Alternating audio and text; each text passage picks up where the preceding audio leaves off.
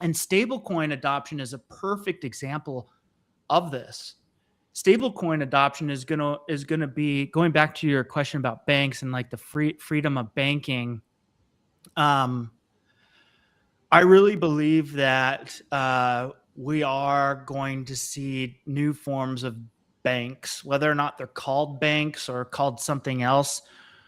They're going to be stablecoin settlement tokens that are pegged to the dollar, models that have these tokens that are pegged to the dollar, platforms that have stable coins that allow US dollar liquidity to perpetuate around the globe. This is how US dollar hegemony exists. One of the blessings that I've had in my life at a young age was I traveled around the world 3 times while working on a cruise line in between 2009 and 2011. And it gave me the opportunity to go to countries where their currencies were failing, such as Turkey, Argentina, Egypt, places in Southeast Asia, places in, Europe, where their currencies had failed or consolidated. And so I think stablecoins are going to usher in this next layer of consolidation where nation states, sovereign nation states, fiat currencies fail. And ultimately, they're seeking after the dollar anyway. So they're going to be onboarded through these neo banks into dollar peg stablecoins or dollar peg settlement tokens.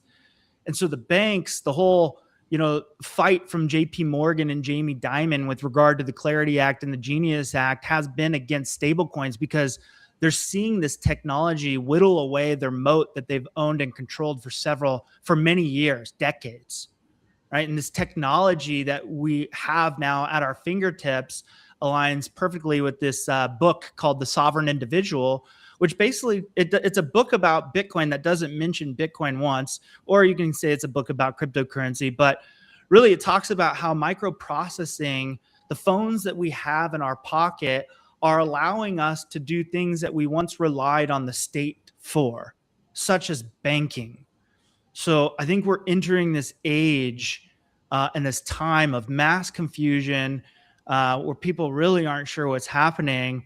But when you look under the hood at what the Clarity Act is, what the Genius Act is, what tokenization does, what are stable coins, you kind of it starts to make sense. And you can tie together themes from the past and books like The Sovereign Individual and say, wow, this is actually happening quickly. It's here now. And there will be neobanks, whether or not they're called banks, I don't know.